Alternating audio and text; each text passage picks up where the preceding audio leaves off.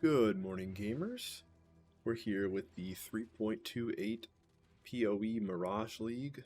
I've been absolutely blasting, and I finally have a build that's technically my own that I want to show off. This is Shield Crush, Herald Stack, Elementalist. It's been kind of an interesting journey getting to this point, but I'm pretty happy with how this character turned out. And just to start, let's go ahead and do a Uber Cortex. I feel like this is a good showcase for both, doing clear and doing a boss. So what do we got here for mods? Not really that terrible, but anyways, this character is kind of an auto bomber in some capacity.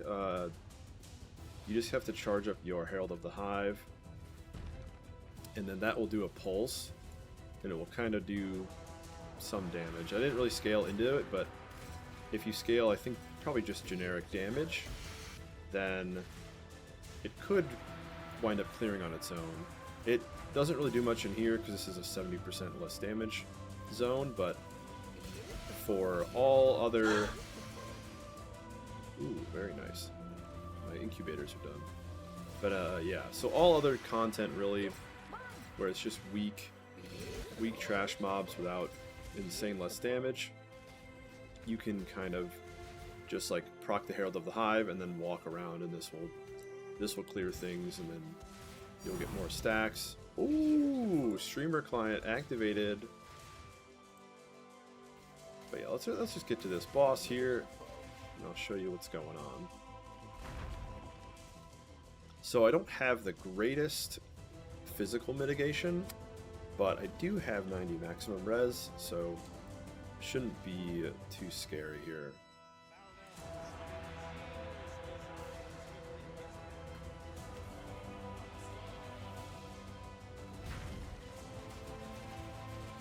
We'll pop this guy first.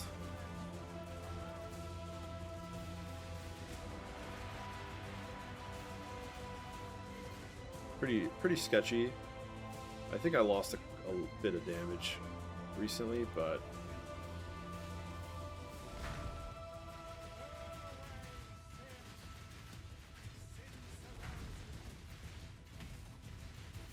pretty nice regardless.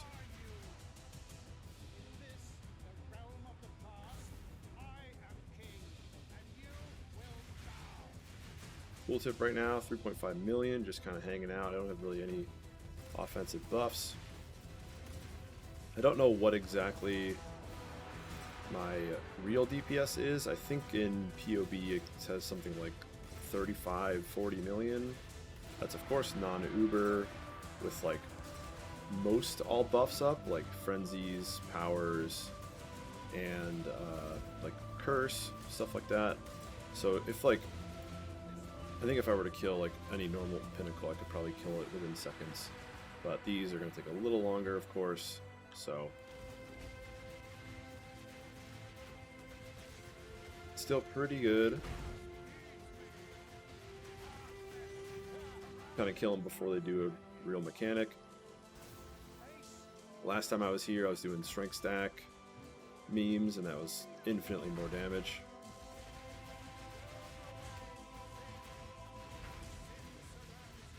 I'll probably die to... see how bad these degen... Yeah, the degen pools are pretty terrible. That's a flaw in having, 3,500 life. My ES is pretty fake, since we are using Emperor's Vigilance.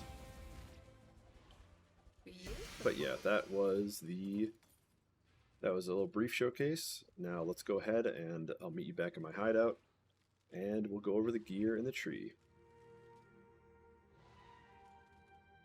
As promised, here we are back in the hideout.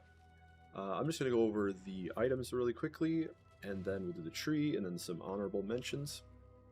So to start, we are of course using the Foulborn version of the Emperor's Vigilance shield.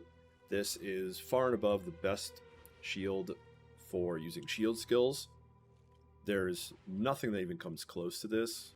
The block is pretty fake, since if you don't block, it'll bypass your ES, and it's also glancing blows, so you'll take damage when you block either way.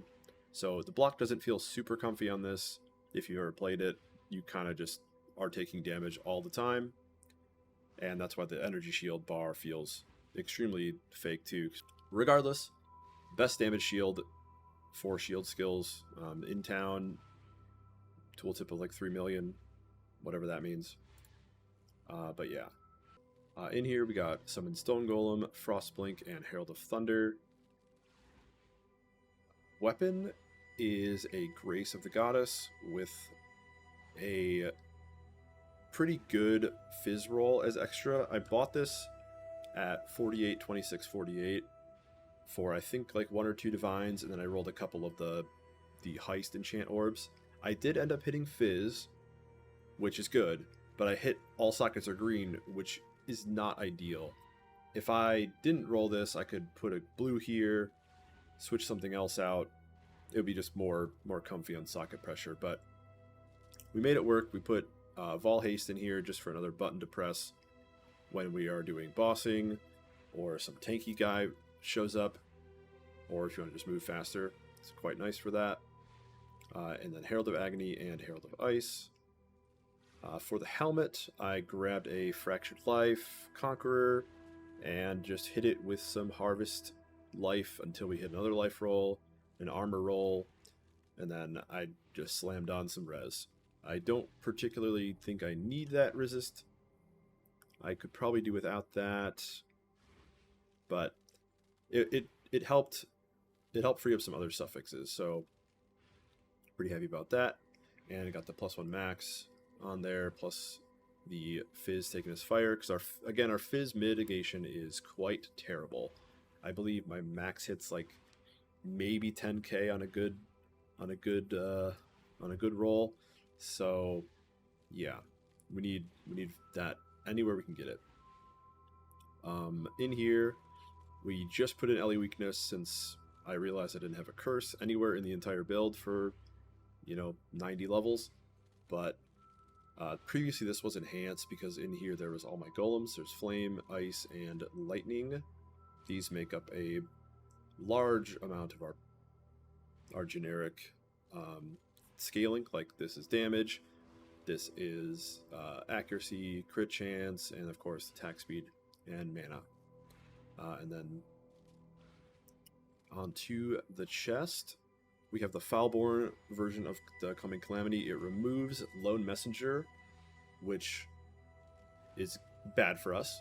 We can only have 1 Herald if we had that keystone. And it replaces it with increased effective Herald buffs. This goes up to 100% or 120% if you have the Volatile Vol Orbs. But I'm not really trying to spend, 2 or something divines per one of those just to try to hit, 20% buff effect. We have a lot of buff effect in the build already. I'm not exactly sure how much, but there's like 66 from the Ascendancy, there's 20 or 40 from Cluster Jewels, and then if you're really crazy, you can go Tattoos for even more buff effect, but once you start, scaling up, you don't get that much value out of it anymore. But regardless, this is a very good chest. It's unfortunately not very defensive at all, since again our energy shield is quite fake, but it does give us like 25 or 30% more damage, just the way that our scaling is built on this character. And also it makes us stun immune, which is quite nice because it saves a flask suffix on Mageblood, or stun tattoos if you wanted to go dex nodes. So very, very nice chest piece. We settled on the following. So it's Shield Crush, of course, main skill. Imbued with Life Tap is pretty nice. I hit this, honestly, on like first 5 coins that I used. I don't know if this is the best one. I think Fortify is also a good one, but the Life Tap just feels so comfy because mana costs can get kind of ridiculous. I think it would... I was having a cost of like 30 or something at some point, and it was really hard to even cast it more than once without needing mana. So life tap frees up a lot of your mana, which of course is very good.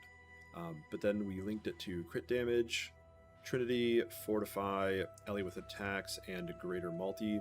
Let's go ahead and do the jewelry. We recently switched to Defiance of Destiny because I was doing like really annoying Beyond, Breach, Delirium, or not Breach, but Beyond and Delirium mobs, and they have a bunch of little hits that I really couldn't regen through or leech through because my life is so low. I put this on and I stopped dying, so that's pretty nice. And I just realized I did that Cortex with this on. But some honorable mentions here. I was using this for a while for my mapping setup, but this also is pretty good for bosses. We get full value out of this. Our Ellie can shock. We do a lot of Ellie. It's all converted through Herald and Grace of the Goddess and stuff.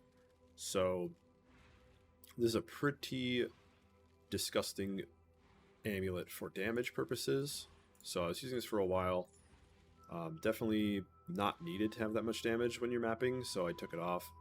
But very good. And then of course Ashes, if you're doing some sort of quality scaling, is pretty good with golems. It's not the greatest with shield charge, it's just more damage with closer hits. But if you have other things that scale with quality, it could be quite nice. And then there's also a case for the Shield Crush levels on Dragon Fangs. If you get a Shield Crush with a level of 24 or higher, oh, there's a breakpoint at 24. If you get a Shield Crush at level 24, there's an additional breakpoint, which I believe makes it good from it. The line 8 to 10 added fizz instead is 10 to 15 or something.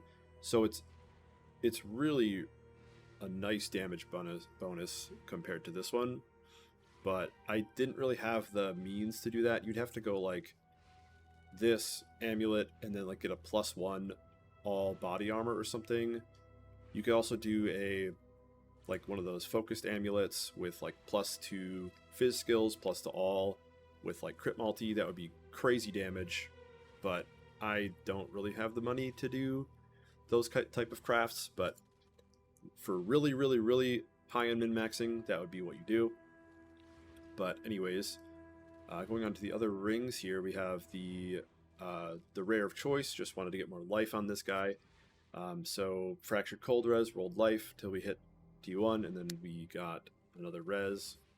Again, I don't think we need this res particularly for the fire res. We are perfectly fine without it, but it's just nice to have extra, I guess. And then crafted on endurance for bossing content. And the other ring is the Formless Unity. If you don't know what this skill does, it's called Herald of the Hive. It gives you a buff that gives you more damage per Herald affecting me. And I currently have all 5 Heralds, so this buff is giving me, 15% more damage just based on that. However, this gets scaled from Herald buffs on you. So if I were to go find where that is, Herald of the Hive. So you can see my damage go like almost half, right? I think with the current buff effect that I have, this is giving me around 10% more per Herald. So this aura goes insanely crazy hard with Herald scaling, as you can imagine. And then yeah, it gives you a little bit of res, a little bit of chaos res. Quite nice ring. Gloves. We got a fractured convert to lightning, which then we zeal. I think I zeal essenced until I hit life on here, and then I painfully tried to use beast crafting to get crafted 3 mods, and then unfortunately I hit 22% cold convert, but not the worst thing. These cost me probably way too much to make, but I'm kind of happy with the outcome. I like the focus button, a little bit more burst damage, and I don't really need any res on these. So boots, we got, I actually bought these straight up for like 70 chaos or something. So I really just wanted life with movement speed, and then they came with some pretty good resistance rolls, so just kind of kept them as is, crafted a suffix, called it a day. And then of course a Mage Blood, and the quality at 12 is intentional. I needed exactly 38 strength here for Rational Doctrine, but yeah. So of course it's a Mage Blood build. I decided to go pretty high end on this one because the damage was already so insane that I wanted to tank up a bit, and Mage Blood is good for that. The flasks are very interchangeable, but right now I have Quicksilver with the res. I have a crit flask with regen life, gives you like a couple hundred regen. Of course, Topaz flasks, we are melding. We have 90 all res, and then a Onslaught flask with the shock immune for Storm Shroud. I do this every time. I forget to go over the links in the gloves and the boots, so let's do that now. We have Precision linked to Arrogance, and then Herald of Ash, Shield Charge imbued with Fortify. Very, very nice. I don't know how expensive this thing was. Like 70, 80 chaos, 90 chaos, something like that. Very good. It does fortify us by itself. It has 2 million, quote, DPS. So it definitely gets us to fortify cap if you don't want to use fortify in your main links.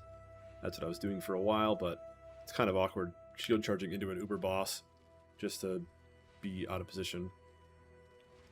And then for the boots, we got Purity of Lightning, Herald of Purity, and Flesh and Stone linked to Enlighten. The Purity gets us our max fire res, or max lightning res, of course. And then Flesh and Stone for a little bit more, less damage taken. Some more honorable mentions here for main skill gems are Spectral Throw of Trarthus. I can just slot these in without any changes, and they do pretty decent damage. So there's that one. There's regular Shield Throw, and then Divine Blast, which is a pretty cool skill, but you do have to sock it in less duration. I kind of want to make a build with this skill. It's pretty cool. Hits in a big AoE. You can kind of stack it up. Okay. Oh, and of course we're using Orieth's End. I like explosions. Enough said. Let's go into the tree. So, the tree. We are, of course, an Elementalist, taking advantage of the Herald buff effect here with some reservation efficiency. That's how we're able to fit, every Herald and Aura in our build. We're taking the Golem Ascendancy just for, more Golems. It's pretty nice. And then Mastermind of Discord for the extra exposure. We are applying this with Heraldry from a Cluster Jewel here. So since we're affected by all three of these Heralds, we're applying minus 35 res of all types to the enemies at all times. So that's where we get our exposure from. It's quite convenient. Don't have to really use any Wave of Convictions or anything. And we're taking Heart of Destruction just for the area while mapping, and then really good damage while we are, doing single target on a unique monster. There are some honorable mentions, of course, for Shaper of Flames here, just for some more Fizz max hit. But I opted to choose Shaper of Winter for my Forbidden Flesh and Flame of choice. It was also 20 chaos or so it was kind of a no-brainer for me. You could also choose to go for like Bastion of Elements or any of the other Witch Ascendancies. There's some pretty good ones for Occultist, like maybe the Power Charge one is pretty decent. You could also do a Bloodline if you wanted to. I was just doing challenges, so I have Trial Master, but yeah. So first of all, it's a Supreme Ostentation tree, so we opted to path in a way that we could get the most tattoos that we need.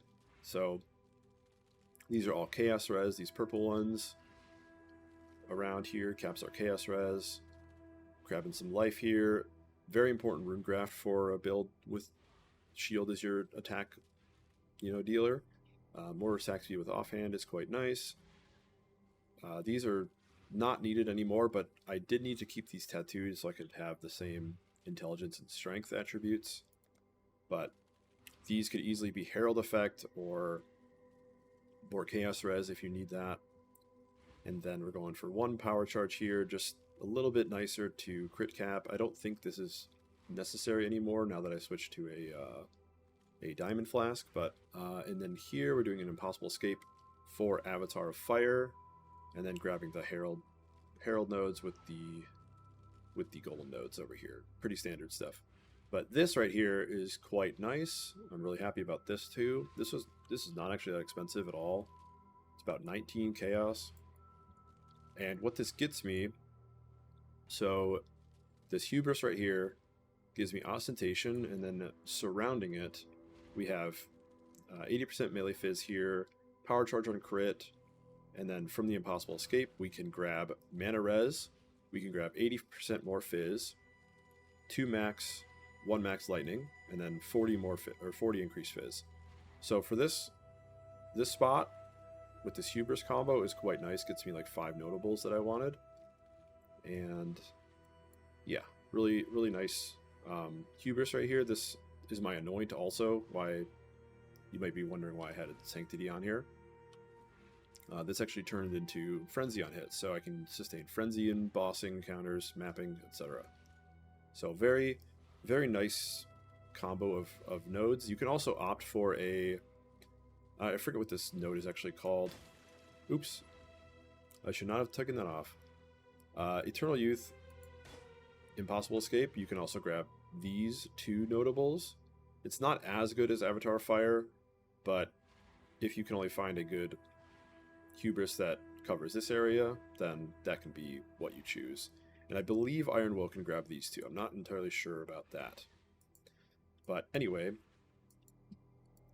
the first cluster up here is a quite nice fractured effect, attack speed, chaos res, and unfortunately I slammed notable here. I don't really feel like recrafting this, or I think ideally this would be like 10 max life, right? That would be clearly the best. It would give you like 13 life on each click, and that would be no-brainer, but not terrible. It's attack speed, it's some mana leech that I don't need anymore. But this was nice for leveling up when I didn't have the life tap on the shield charge, or the shield, on the shield crush. Yep. Okay, we have a medium here with Herald damage. So of course we're getting the heraldry, giving us exposure, which is then amplified by our ascendancy. This node is pretty insane. And then getting some Herald buff effect, which directly buffs our damage. And of course, you got to run Seething Fury. This is probably the best jewel for shield skills. And 1 second, let me just turn back my auras on because I need to show y'all something. Most annoying thing about this build is if you unequip your gear, then you have to essentially resummon everything. And I am lagging. Hello, guys. Uh-oh. We'll be right back after this commercial break. Alright, and we're back in Texas. Hopefully this is a little more stable. Anyways, where was I? Talking about clusters. Oh yeah, Seething Fury. Very good. This gives a stupid amount of crit. I'll take it out, and you can see my crit at 60 and multi at 558. It's not even comparable. It's like 40% crit and a couple hundred multi. So pretty much BIS for any shield build, unless you're not doing crit for some reason. Other cluster, we got another damage while affected by a herald with Purposeful Harbinger, which is quite important, and another Empowered Envoy for some herald buff effect, and then our Storm Shroud for ailment immunity. So what this Purposeful Harbinger does is it makes our Purity of Lightning give us 2 additional max res. So if I go here and I turn off just 1 herald so you can see, let's see where my thing is. So this Purity gives you 4 max lightning, right? However, with the Heralds, I wonder if I can take enough off that it will show. Yeah, so see how I have 88, and then if I turn my Heralds on, it'll give me the aura effect, like that. So you really save a ton of jewel sockets or passives on max res just by getting this. So this was a nice discovery, and saves me from getting like a +2 lightning, life, something jewel. And then yeah, we're just passing through here, getting some more aura, getting some life, some jewel. This is where the melding goes. Most of these strength tattoos are just melee damage or physical damage. I don't know why I chose different ones, just I think one was cheaper and I realized it like halfway through. Anyways, picking up endurance here, some more life, and this Caught Ground accuracy wheel is actually quite nice with Rational Doctrine. So since we are tied on int and strength, we have Caught Ground around us at all times, as well as creating Profane Ground when we crit, 25% of the time. So this not only gives us a bunch of accuracy, gives us some life regen, gives us increased crit chance and curse effect on them.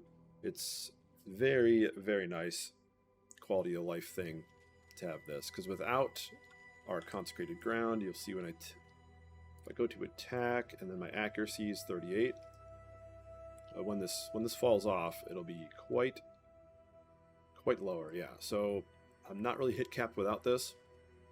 You could just go for this mastery for either more accuracy against uniques or more at close range, or the flat one. This is how I've chosen to solve the accuracy. This cluster here is just it's just 8 with fractured attack and cast speed with Fizz, and then effect and life.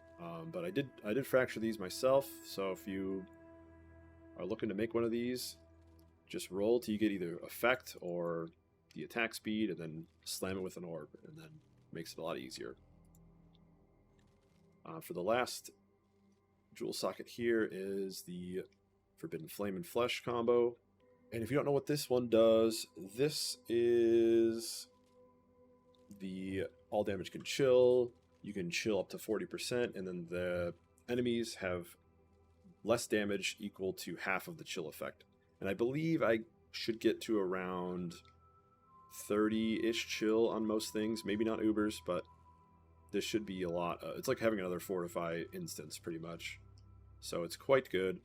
I've been enjoying this one. Of course, I'd rather have the fire, but I think that one is quite a lot. So if you really are a baller, you can go like this and get Shaper of Flames. Yeah, I could afford this, but like at what cost, you know? At what cost do you buy these? It's probably a cost of like 40 divs or something. Yeah, like 30 something. It's, in my opinion, if you're going to do more content with Ubers, you'd probably run this, so you can probably not die to auto attacks. But I don't really plan on doing much Ubers on this character. More of a map blaster. But anyways, yeah, going back here, we get some rage. Intimidate while I have rage. I normally have about, I would say, 10 to 20-ish rage before anything relevant dies. So it's a nice substantial boost. Of course, during mapping, you probably will have 20 or 40. Getting some more life nodes here. And another jewel socket. And more life. This is where I used to need this for mana cost purposes, but it also just doubles as a mana reservation cluster. And then this shield wheel is pretty good too. It has endurance on kill, and then 1% crit multi per 10 ES. We have 52 ES, or 520, so this gives like 52 crit multi. Pretty good damage. But yeah, that is the build, I believe. Thank you guys for watching, and I'll see you in the next one. Peace.